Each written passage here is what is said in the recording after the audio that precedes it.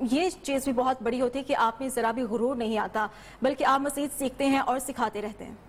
دیکھو بیٹی، رب کے ہاں سب سے پسندیدہ اور مقبول شخص جو ہے نا وہ ہے جو اس کی یہ جو تخلیق جو ہم اشرف ان سے محبت کرتا ہے، ان کی لیے ایک مشن زندگی کرنے کے نکلتا ہے.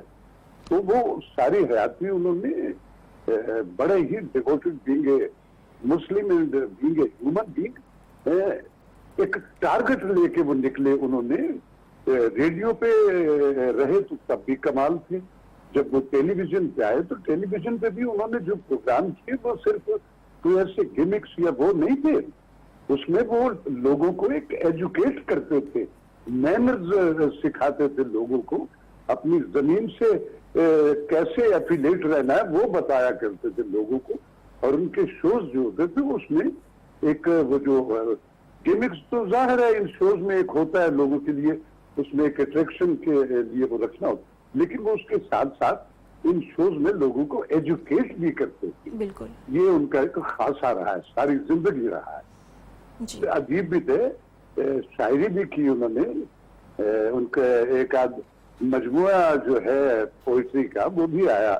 تو یہ ظاہر ہے یہ ساری چیزیں جو ہے وہ رب نے کسی کو عطا کر رکھی ہوتی ہے تو وہ پھر اس کے اندر سے نکلتی ہے اور ریفلیکٹ کرتی ہے. وہ ایک سچ مچ کے بڑے انسان تھے، ایک ادبی شخصیت تھے، باذوق آدمی تھے اور ایک سچے پاکستانی بھی تھے. اس طرح جی. مثال تھے سارے. بے شک وہ ایک مثال تھے. بہت شکریہ آپ کا. اداکار اور سینئر آرٹسٹ راشد محمود صاحب ہمارے ساتھ شریک گفتگو تھے. اس کے علاوہ نمائندہ نیو نیوز شکیل زاہد نے ہمیں ابھی اپڈیٹ کیا. بے حد شکریہ. اب تک اتنا ہی. باخبر رہیے اور دیکھتے رہیے نیو.